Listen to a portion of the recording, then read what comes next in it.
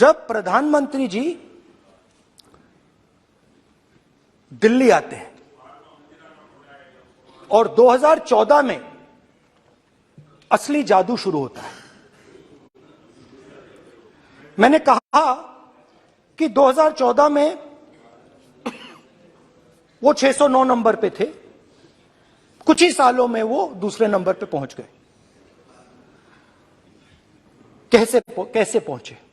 मैं आपको, बहुत सारी इंडस्ट्रीज में काम करते हैं, मैं आपको 2-3 इंडस्ट्रीज का उदाहरण दे देता हूं।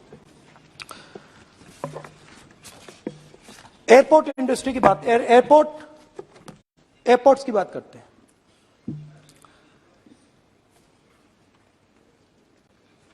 कुछ साल पहले सरकार ने हिंदुस्तान के एयरपोर्ट्स को डेवलप करने के लिए दिया।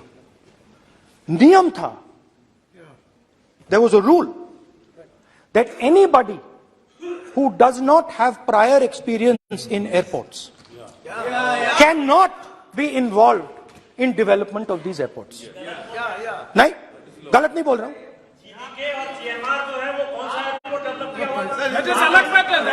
आप बैठ जाइए।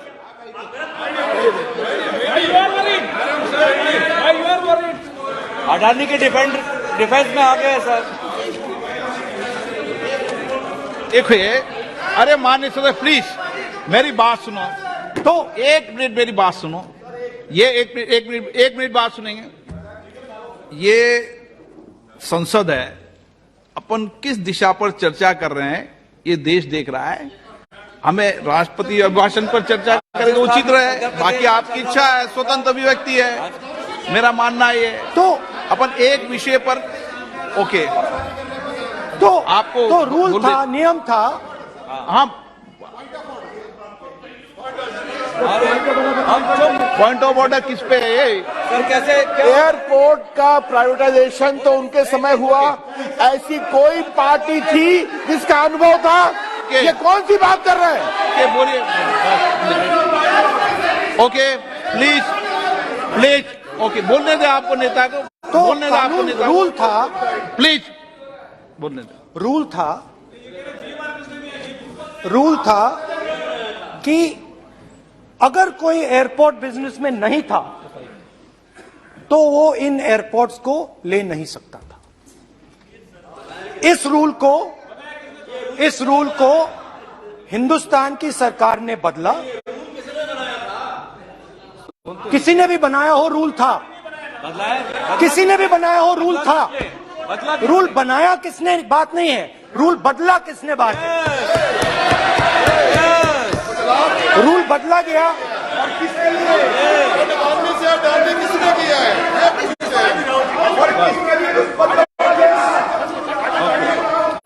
रूल बदला गया।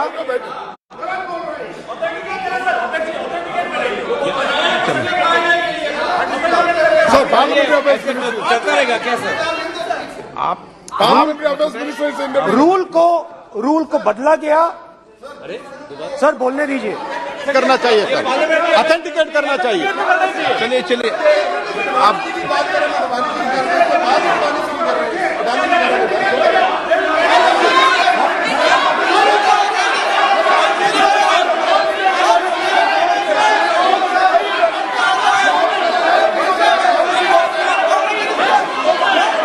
रूल बदला गया सर, ठीक है सर।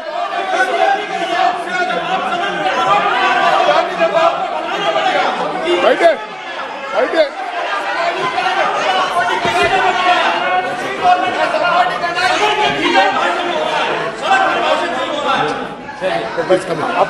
तो ये रूल बदला गया।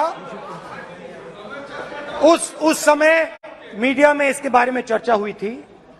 रूल बदला गया और अदानी जी को 6 एयरपोर्ट्स दिए गए। उसके बाद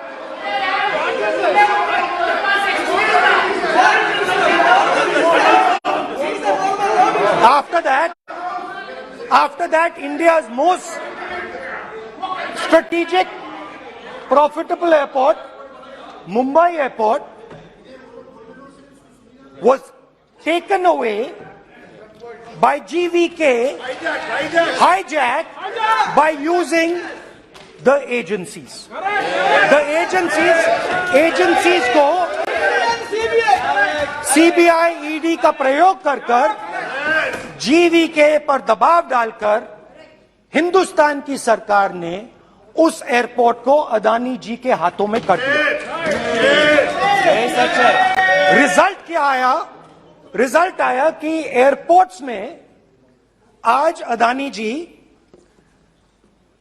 24% हिंदुस्तान की एयर ट्रैफिक को अपने एयरपोर्ट से निकालते हैं और 31% एयर फ्रेट उनके एयरपोर्ट्स में से निकलता है। अब ये काम हिंदुस्तान की सरकार और हिंदुस्तान के प्रधानमंत्री जी ने फैसिलिटेट किया। तो बताइए, बोलिए वित्त मंत्री, विधि मंत्री। और ये जो सर ये हाउस में सर ये बोल रहे हैं, तुमको ज्ञान बांट रहे हो, बैठ जाओ। सर ये यहाँ बहुत गंभीर मिनिस्टर हैं ये देश ये राष्ट्रपति का उद्बोधन को लेकर एक गंभीर चर्चा हो रही है। जो भी मेंबर कुछ भी बात करे विद फुल रिस्पॉन्सिबिलिटी ऑथेंटिकेट करें। और ये वाइल्ड एलिगेशन अपना एक सोच के आया है, बिना तर्क के ऐसे वाइल्ड एलिगेशन लगा रहे, ये कोई मतलब नहीं है सर, ये ऐसे नहीं बोल सकते और वो सर तर्क रखना पड़ेगा। अगर एलिगेशन लगा रहे हैं तो आपको पूरा डॉक्यूमेंट प्रूफ के साथ आपको रखना पड़ेगा। दे देंगे आप ऐसे बातें नहीं दे कर सकते। देंगे और ये गंभीरता को समझिए, ये डॉक्यूमेंट्री प्रूफ दे देंगे। अब आपने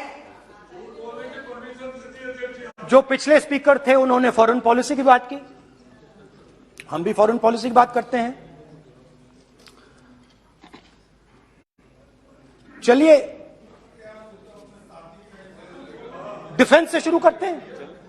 बहुत ऑप्शंस है, आप बताइए कहां से शुरू करें। बिजली, डिफेंस, बहुत ऑप्शंस है। Defence, let us start with defence. अब डिफेंस में अदानी जी का कोई एक्सपीरियंस नहीं था, जीरो एक्सपीरियंस। कल मैंने प्रधानमंत्री को एचएएल में देखा। प्रधानमंत्री जी ने कहा कि गलत आरोप लगाया, मगर रियलिटी तो यह है कि एचएएल का जो कॉन्ट्रैक्ट था 126 हवाई जहाजों का, वो अनिल अंबानी को चला गया और अनिल अंबानी बैंकरप्ट हो गया। वहां भी फैसिलिटेशन था। अब देखिए, और ये जो फ्यूचर एंटरप्रेन्योर्स हैं, जो बिजनेस स्कूल हैं, हार्वर्ड यूनिवर्सिटी जैसे स्कूल हैं, इनको इसका केस स्टडी, इसकी केस स्टडी बनानी चाहिए, शायद बने। How to use government power to build individual businesses, case study.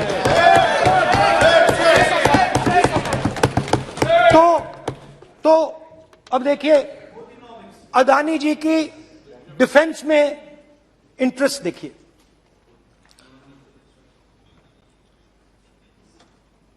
Elbit company के साथ हिंदुस्तान में अदानी जी ड्रोन्स बनाते हैं। ड्रोन्स को हिंदुस्तान की एयरफोर्स, आर्मी, नेवी के लिए रिफिट करते हैं। अदानी जी ने यह काम कभी नहीं किया है पहले। एचएएल यह काम करती है। हिंदुस्तान में और भी कंपनीज हैं जो ये काम करती हैं, मगर प्रधानमंत्री जी इजराइल जाते हैं और उसके एकदम बाद अदानी जी को ये कॉन्ट्रैक्ट मिल जाता है, मगर एक नहीं मिलता।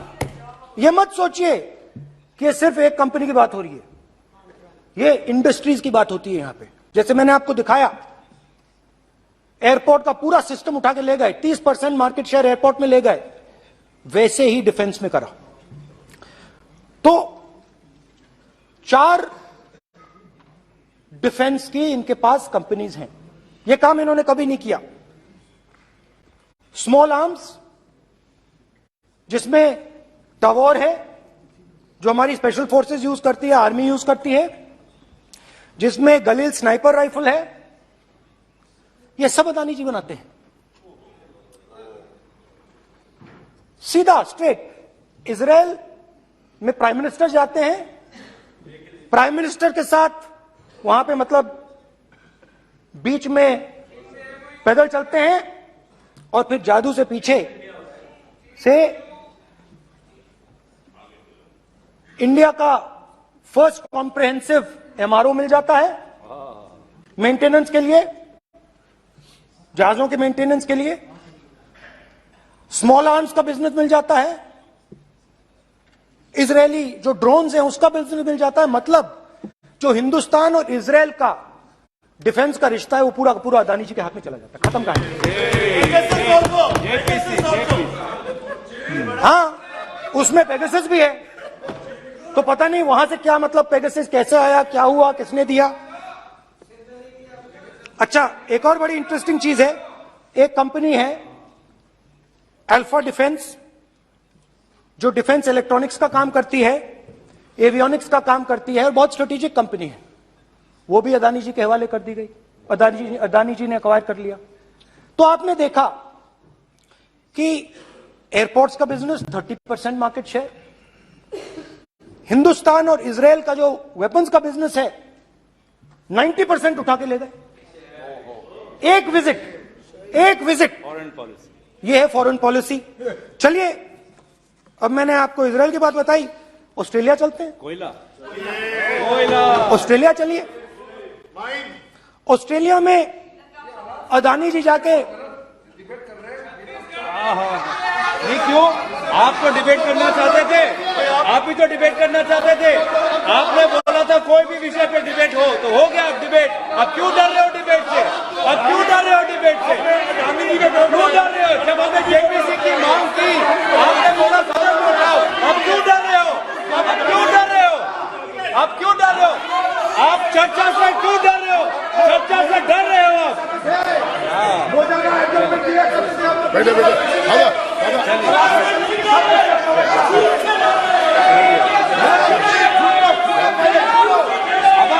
अब सुनना पड़ेगा, अब सुनना पड़ेगा, अब सुनना पड़ेगा। ऑस्ट्रेलिया जाते हैं, प्रधानमंत्री ऑस्ट्रेलिया जाते हैं।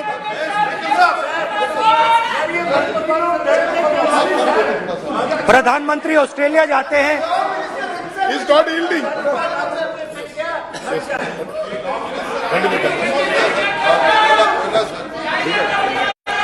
ऑस्ट्रेलिया जाते हैं। कैब नंबर बताएं।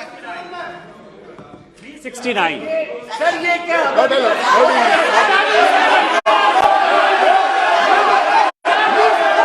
369 सर, ये कहता है सर, एक पेपर और document to be laid on the table shall be duly authenticated by the member presenting. देखिए पूरा सरकार इन्होंने सर, मैं इनको चैलेंज करता हूँ कि जीएमआर और जीबीके उसको कब एयरपोर्ट का जो है संचालन का अधिकार था और कौन सा रूल है वो कोट करे सर। इस रोल के आधार पर ये इनको मैं चैलेंज करता हूँ, पूरी कांग्रेस पार्टी को चैलेंज करता हूँ कि जीएमआर और जीबीके को कौन सा एयरपोर्ट चलाने का लाइसेंस जब दिया तो उनको उसका नॉलेज था। मैं चैलेंज करता हूँ पूरी कांग्रेस पार्टी को। जब इन्होंने बिरला को बनाने का दिया, डालमिया को बनाने का दिया, टाटा को बनाने का दिया लाइसेंस, उस वक्त उनको कौन सा मोटर चलाने का अधिकार था सर? ये गलत बयानी कर रहे हैं। मेरा ये कहना है कि आप एलिगेशन प्रधानमंत्री को ऊपर लगा रहे हैं, आप पेपर दीजिए और कौन सा रूल भारत सरकार ने चेंज किया एयरपोर्ट में अडानी के लिए वो ऑथेंटिकेट कीजिए, नहीं तो इस तरह की बात नहीं कर सकते हैं।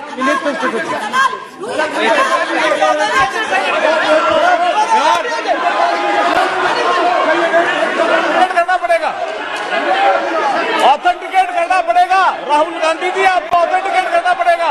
आप ऐसा नहीं बोल सकते हवा में, आप हवा में बोल रहे हो और प्रधानमंत्री जी पर आरोप लगा रहे हो।